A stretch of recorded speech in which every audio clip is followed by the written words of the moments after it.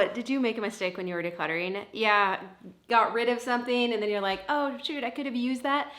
It happens to all of us. At some point or another, if you are serious about this decluttering journey, it's gonna happen. But today I have some awesome new ways to look at it, a new spin on regret. I've never shared this before. It is so helpful. We're also gonna talk about negativity bias and some other tips and tricks to move through decluttering, regret, and mistakes super quickly so that it doesn't stall out your decluttering process. So I'm often asked like, hey Dawn, have you made any mistakes when you're decluttering? And yes, I have, just a couple, and I'll share those again as we go through this video. I've been seeing a lot of comments though recently, something to the effect of, yeah, but I got rid of this and then we could have used it and now I'm scared to keep going forward with decluttering. And isn't it just amazing? It is so remarkable to me how these negative experiences that happen, even though you could have decluttered 1,000 things successfully, but you get rid of one thing you could have used and it's all you can think about. And to be honest, it doesn't help if there's others in our household that are also reminding us maybe of a mistake we made. That sucks and that's hard, but we're gonna get through it together. So first I wanna talk about regret, and then we're gonna talk about negativity bias and a replacement budget. So I just saw this reel on Instagram on regret, so I wanna share it with you because it was so good. You can only live one life. If there was some magical way that I could live a life as somebody who's had 3 kids and then somebody who hasn't had kids, maybe I can make a comparison, but you don't have that available to you. So I say to my students, should you go to Harvard or should you go to Yale?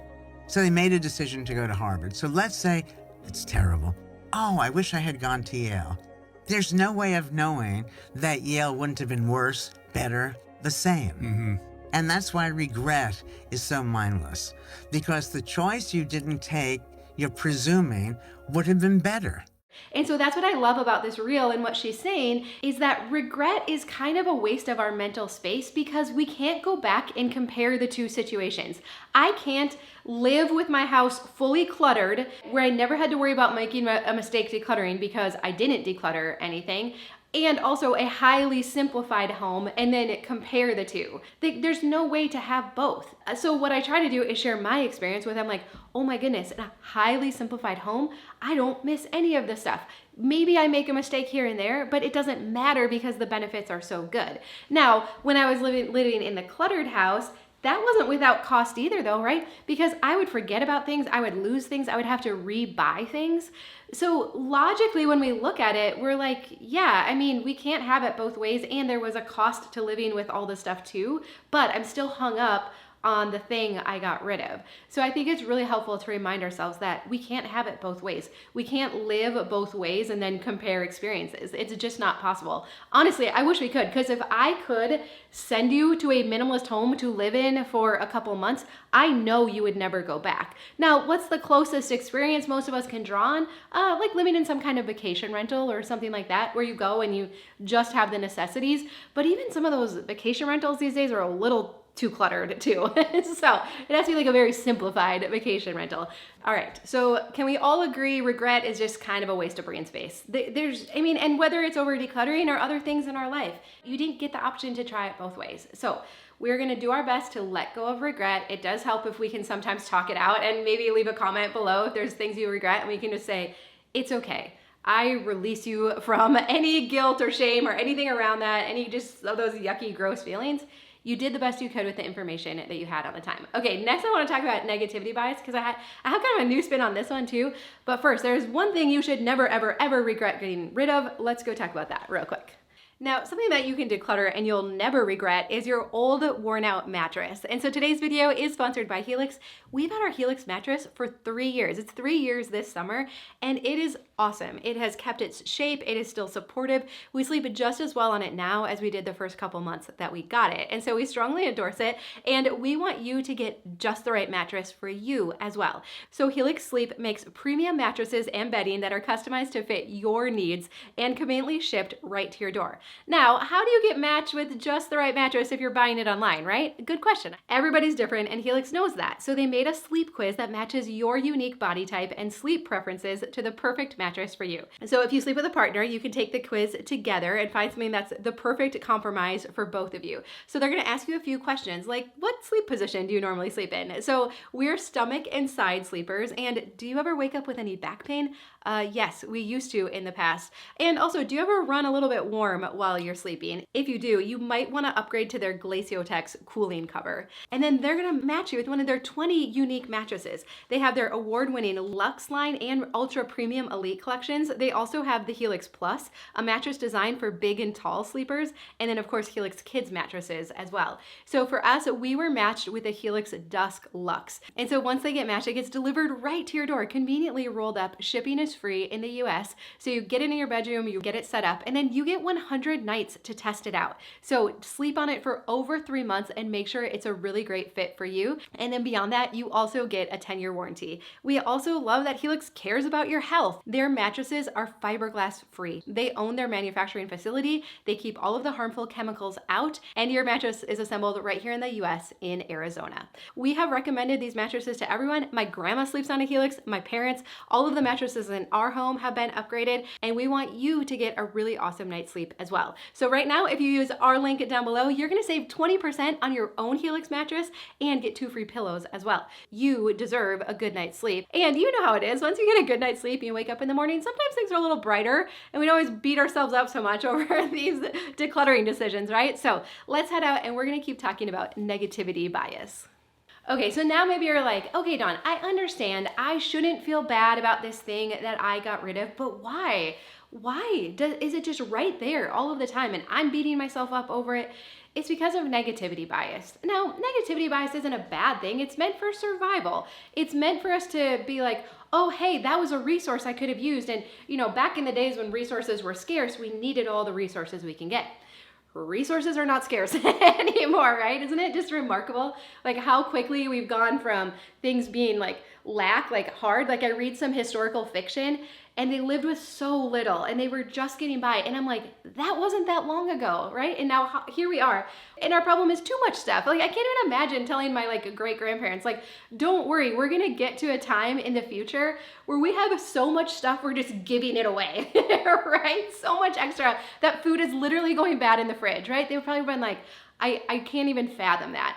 And so our problem is abundance, but yet we have this hard wiring that's like, don't get rid of resources. And then if we do accidentally, this negativity bias kicks in. And so I heard it described recently on a podcast on Mel Robbins. I can link to it down below. But the gal was talking about how those negative thoughts are sticky. And she's like, they kind of get lodged in and they stick there. So if you've ever made a mistake and you're like, you just keep beating yourself up and beating yourself up, it's because it's sticky, right? I kind of think of do you have cockabirds? What do you call them? Like when you're walking through some woods or something and they're stuck all over your legs, right? You're just like, why? And then you pull it off and there's still some little pieces stuck, right? It's negativity bias. So what is the best thing we can do? Well, again, remind ourselves that regret is not a good use of our brain power. We didn't get to compare both sides of our decision. And also remind yourself that, hey, I've actually made a lot of good decluttering decisions. I mean, how many things have you decluttered and had no negative experience? You're so glad it's gone. I mean, I've said this before, but I often look back at video clips of things that I have decluttered in the past, and I'm like, I don't even remember those things, and I'm certainly glad that they're not in our house anymore. I don't want any of that back, right? I've completely forgotten about it once it left our home. And so you have made good decisions, but yes, I understand the stickiness of a lot of these negative ones. All right, next, let's talk about a replacement budget. This was something I shared, I don't know, a little while back, and it got a lot of traction, right? There was a lot of hey, that's such a great idea. So let's talk about it a little bit more. So there are a couple things I have decluttered in the past and been like, oh, right. I could have used that, okay? So one was a pair of black pants, and they were just a dressier pair of pants. And then when I wasn't working professionally anymore, I'm like, I don't think I need these anymore. And so I donated them. Except I didn't. I found them again later on. They were in one of my, my clothing time will tell bin, right? And so I'm like, oh my goodness, I found the pants. This is what happened though. I put them on and I was like, Oh, now I remember why I didn't like those pants. I got rid of them because I didn't even like them. They hit a weird place on my calf, and I'm short. I'm like not even 5'2". Things can make me look shorter, right? And where they hit on my calf, I'm like, well, that is not flattering. And they were comfortable otherwise, but it was like not flattering. So then I didn't really like them. And that's why I donated them. Okay, so we often build things up in our head. That's a side note. Okay, so I got rid of the pants. I thought, so I can't even really have those on my regret list anymore, because then when I tried them on again, I'm like, I remember why I got rid of them. Now, there was another thing, actually, let me grab it. So one time I was decluttering and I came across a cord, and I'm like, I have no idea what that's for. I left it for a little while, and then eventually I'm like, it's just a homeless cord. I'm not keeping this anymore, and I threw it away. And then it was a few months later, and I had this old camera, and I was like, I think I can just sell that on Marketplace. I'm not using it anymore. I've gotten another one. And so then I'm like looking through for the charger, and I'm like, oh, right, that was that cord that I got rid of, okay?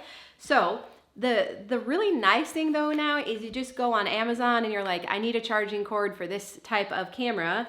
And lo and behold, for $12-ish, I don't even remember exactly, it wasn't that expensive. I was able to get another charger. Still cost $12, and I am cheap. I don't want to have to rebuy things, right?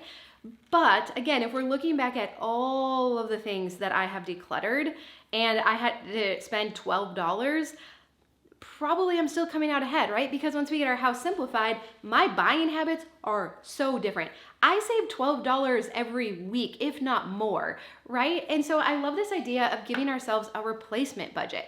Nothing that has reward comes without risk. So if we are believing that we will be better off in a highly simplified and decluttered home, that it's gonna be better for our mental health, better for our finances, better for our physical health, just all around, right? We believe there are benefits to decluttering and simplifying our home. That's why we hang out together. Well, there's gonna be risk. And so sometimes in our like comfy culture that we have now, we're like so adverse to risk, and we're like, oh, but what if, right? A $12 cord, who cares, right? So give yourself a replacement budget. What if you say, okay, because I believe in the value of decluttering, I am gonna allow myself $100 in mistakes every year. I almost guarantee you or your money back that you will never touch that budget. And more likely than not, if I think of something and I'm like, oh, like this is kind of a specific example because this was the only way to charge that camera, right? But what about food storage containers, cutting boards, craft supplies, all these other things, clothing, right? And you say, well, what would I use instead? Like, would I rebuy it? No, I wouldn't rebuy it. I would just use something else, right? And there's something that feels really good about sometimes having to be creative or use something else, because again, anything that is a reward, there might sometimes be a cost to it, but the cost feels so small compared to the benefits that you're gonna get to experience. So it just becomes such a non-issue. But unfortunately, until we get here into this highly simplified and decluttered home, we don't always realize how good it feels and how we're just not gonna be that hard on ourselves moving forward. All right, next, we have to remind ourselves of the benefits. Why are we doing this? I got to visit with Britt Frank recently, and I love her so much. She is a mental health professional, but she has validated the necessity of decluttering for our mental health so much. And so I have a podcast with her, but here's a recent clip from the interview that we just did. Britt, you've been one of my best cheerleaders for the impact of simple living on mental health. So maybe, I don't know, would you just maybe want to give a little promo for why decluttering? You actually apologized to me that you didn't put decluttering in the book. I know, I do. I felt so bad. I do have a chapter on the decluttering, but we need to. I have a chapter called Decluttering Your Inner Closet. I cannot emphasize enough. Like we do need to collab on something, because if you were to come to my office and you have a cluttered home, I'm going to send you home and tell you, like, go to you, because nothing helps you think better, make better decisions, and faster, not be stuck in the analysis swirl. Nothing gets that job done as fast, as effectively as a decluttered home. Like, it's real, it's physiological, it does things to your brain, it does things for your brain, it settles your nervous system. Like, it is one of the practices in the book is make your bed, and not like Pinterest worthy multi-layered pillows. It's like just smooth the sheet, fold over the blanket, and then you're done. Because when you're the act of decluttering is an anti-anxiolytic. So when you're decluttering, you're touching things and you're moving things and your brain is seeing things go from this to that. That does a lot of jobs in your mind and in your body. So clutter is costing us. It's costing us time, energy, our mental health. It costs us money when we can't find the things we need and then we have to buy it again. And so again, sometimes we make a mistake and we're like, oh, but that was a $90 thing, right? Yeah, but what about the cost? Our mental health. Oh my goodness, our mental health. We live in such a loud and noisy world right now. We need a safe place to come home to. So we have to remember, why am I doing this? Because I deserve a peaceful home to come home to, and so does the rest of my family. And I am valuing that more than these physical things that maybe I could once in a while make a mistake. But again, I just don't think you're gonna make that many mistakes as you go. And then lastly, when it comes to getting past regret and, mistake decisions that we've made when we're decluttering, it can be really helpful to surround ourselves with community. So earlier today in 2 of our membership groups, I asked the question. I said, okay, what is something you have decluttered that you regret? How much did it cost? And how did you move past that mistake? Like, what mental tricks are you using to get past it? So I want to share a couple of these answers with you because I just thought they were so good. Okay, I posted this 4 hours ago in our membership group. There's already 84 comments on here.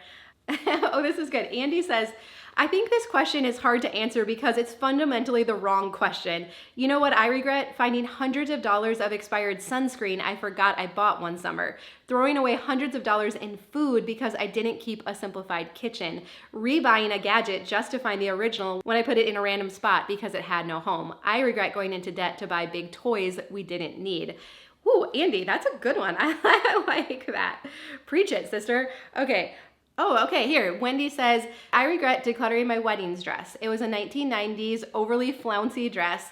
I took a long time to finally decide to let it go, but due to its age, none of the bridal reuse places would take it. None of my children wanted me to keep it for them. So I cut it up, saved some of the lace and fancy gems, and gave the fabric away to FreeCycle. My regret is not the cost because that money is gone, yet I've since learned that there are people who reuse old wedding gowns to make, different things for babies, stillborn babies and whatnot. I really wish I had that information before tearfully going through my process. Wendy, I'm so glad you said this because sometimes it is not over the money, like she said, it's over, I could have done this with it or that. And so I'm really sorry that happened. But again, this is where community, because now there's other people chiming in and saying, it's okay. You did the best you could, right? Oh, and see, well, and how helpful is this? Then Fran says, I tried to do that with my wedding dress too, but everywhere I contacted had more than enough dresses. See, Wendy, we don't even know for sure that one of those organizations would have needed your dress. So again, maybe there's no need to feel regret and guilt over this. Becca says, I know there are things I have briefly had regrets over. Sometimes I'll see an old photo and think, I wish I still had that shirt. Even this last week in the kitchen, I threw some things out and thought, oh shoot, I could have used those for this.